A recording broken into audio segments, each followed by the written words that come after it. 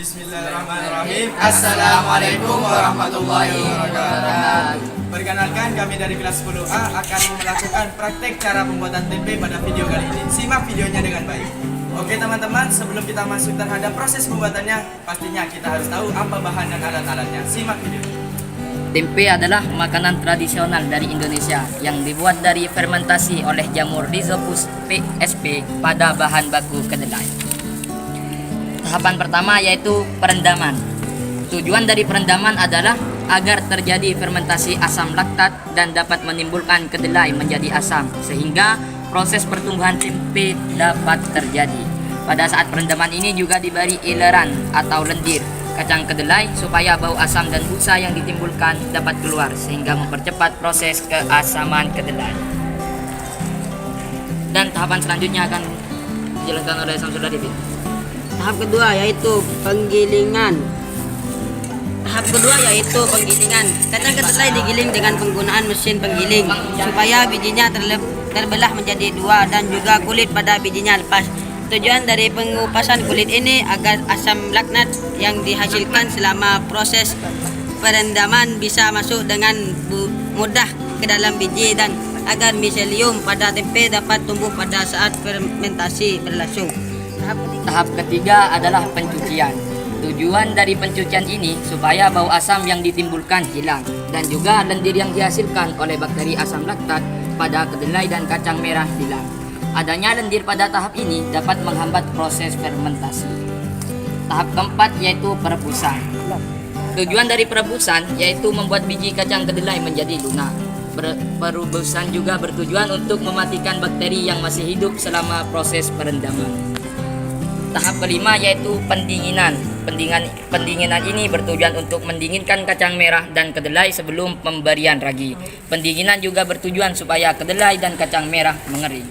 Oke teman-teman, kita masuk pada tahap ke-6 yaitu peragian. Setelah didinginkan, dibagi ragi sebanyak setengah sendok makan dan diaduk hingga homogen. Dalam ragi tempe ini mengandung jamur Rhizopus SP. Fungsi ragi tempe ini tentunya mengaktivitas enzim sehingga memiliki kemampuan untuk menghasilkan antibiotika, biosintesis vitamin B, dan penetrasi miselia jamur tempe ke dalam biji kedelai. Tahap ketujuh yaitu pengemasan kedelai dalam plastik yang telah ditusuk-tusuk dengan pisau supaya kebutuhan oksigennya maksimum. Pengemasan dalam plastik memiliki kelebihan dan kekurangannya yaitu tempe menjadi ringan, kuat, dan tidak mudah membusuk. Sedangkan kelemahannya yaitu molekul yang terdapat dalam plastik dapat berpindah ke dalam makanan tersebut. Tahap terakhir adalah fermentasi.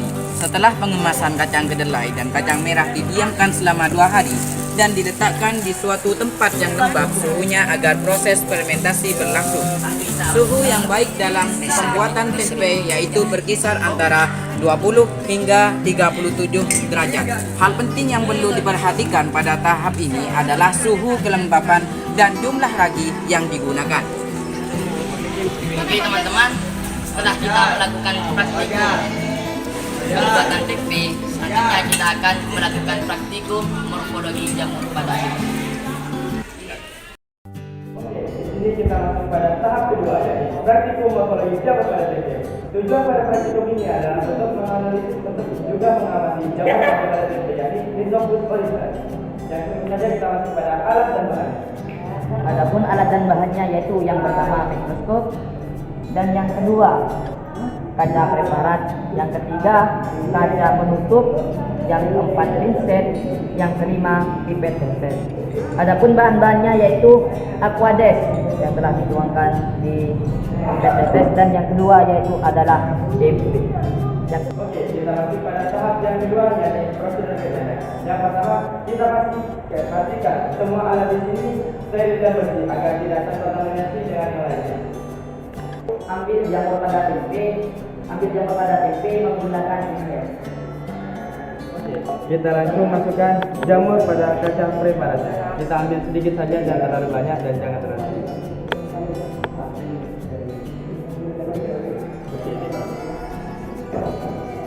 Kita letakkan di atas kaca preparat.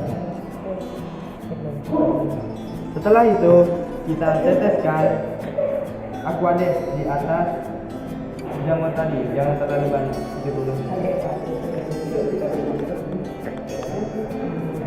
Nah itu kita tutup dengan kaca.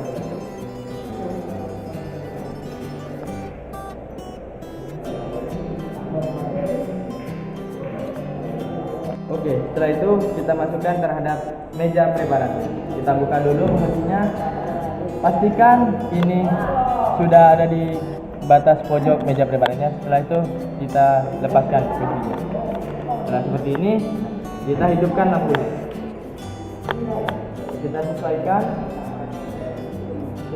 sesuai dengan jamur yang ingin kita beli. Kurang lebih seperti ini.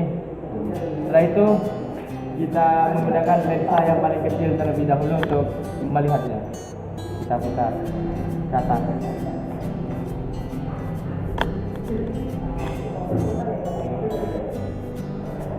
Di sini sudah terlihat bedanya seperti apa jamur. Setelah itu lakukan pengamatan menggunakan mikroskop dan dokumentasikan hasil pengamatan menggunakan mikroskopnya. Lalu identifikasikan pada jamur JB tersebut. Ini kurang lebih ya guys fotonya. Oke teman-teman, di sini jamur Rhizopus oryzae termasuk dalam zygomicota yang sering dimanfaatkan dalam pembuatan tempe dari proses fermentasi kacang kedelai. Karena Rhizopus oryzae ini sering menghasilkan enzim fitase yang memecah fitat membuat komponen makro pada kedelai dipecah menjadi komponen mikro sehingga tempe lebih mudah dicerna dan zat gizinya lebih mudah terserap tubuh. Fungi ini juga dapat memfermentasikan substrat lain, memproduksi enzim dan mengolah limbah. Salah satu enzim yang diproduksi tersebut adalah dari golongan protease. Teman-teman, di sini juga pada hasil penelitian kami dalam menggunakan benda mikroskop terdapat serabut yang biasa disebut dengan hifa. Nah, kotak hitam di sini merupakan sporangium atau dapat disebut sebagai kotak sporanya. Kotak spora ini memiliki fungsi yakni struktur yang berbentuk kotak yang berfungsi sebagai tempat pembentukan dan penyimpanan spora. Sporangium juga terdapat pada tanaman lumut, paku, dan jamur sebagai organ vegetatif tanaman lainnya.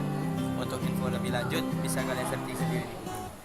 Oke teman-teman, di sini klasifikasinya yang dimiliki oleh jamur Rhizopus oryzae yang terdapat pada jamur tempe memiliki kingdom fungi, divisi Mycormycota dan memiliki kelas Mycorrhizaceae, ordo Mycorrhizae dan famili Mycorrhizaceae, genus Rhizopus dan spesies Rhizopus oligosporus atau Rhizopus oryzae.